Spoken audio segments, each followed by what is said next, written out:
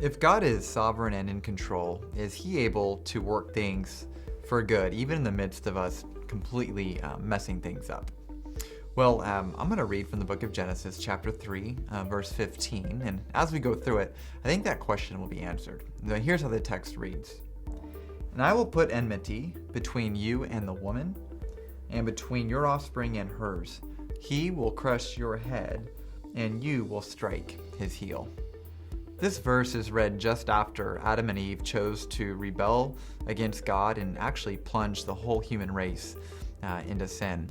And the thing that we see here is that in spite of their rebellion, there is still a glimmer of hope, a light, if you would. And God promises, even in the midst of their messing up, that there's going to come a time where Eve's offspring, which eventually would be Jesus Christ, is going to bruise the head of Satan. In other words, he will inflict a lethal blow through his death on the cross and defeat him. And so we see here that even in the times that we mess up and make poor decisions, God is in the midst working it for good. We serve the same God today that gave that promise way back in Genesis.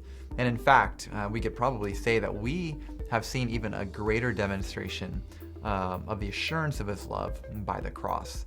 And so our assurance today is this, that in spite of our mess-ups, in spite of our poor decisions, and in spite of the things we regret, God is more powerful and able to work even those things for good in our lives.